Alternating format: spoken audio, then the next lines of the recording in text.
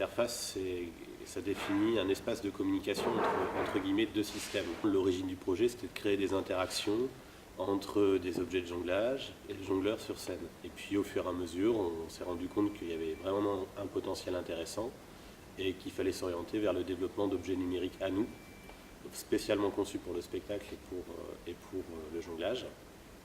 Et qu'au-delà de ça, ça apportait aussi un vrai sens et ça répondait à des vrais questionnements de société. Comment on va communiquer entre deux personnes? Et aujourd'hui, les outils numériques nous permettent de changer un peu ces modes de communication. Alors après, comment on va faire agir finalement les différents niveaux d'interactivité, par exemple entre le jongleur et ses objets, entre le jongleur et le public. Effectivement, on recherche d'autres manières d'intégrer le public dans le spectacle, notamment avec des interactions qui seraient plus dans une sorte de préambule au spectacle.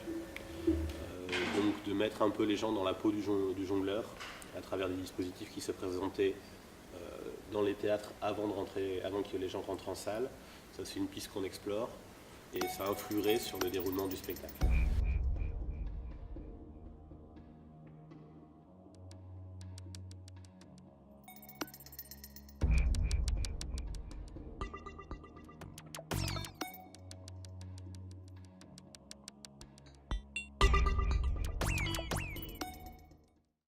Alors, collaboration avec les étudiants de l'IUT et de l'ESIX. Donc effectivement, le projet a une partie très technique puisque les objets doivent être développés, ils n'existent pas.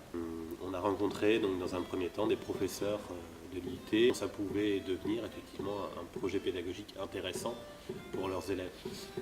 Et ils en ont choisi un, donc une piste numérique, l'élément un peu symbolique du cirque, et qui va être en mesure de détecter la position du jongleur, de l'artiste de manière générale, donc les appuis du jongleur sur cette piste et les impacts de balles sur la piste. Très intéressant pour la jonglerie avec des balles rebonds notamment, où le rythme de l'impact va être une donnée essentielle dans l'écriture.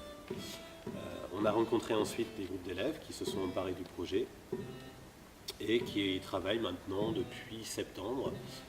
Donc deux groupes d'élèves, un à l'ESIX et un à l'IUT. Ils sont encore dessus et j'ai bon espoir qu'avant juin, ils nous fournissent une solution très intelligente, beaucoup plus que les nôtres.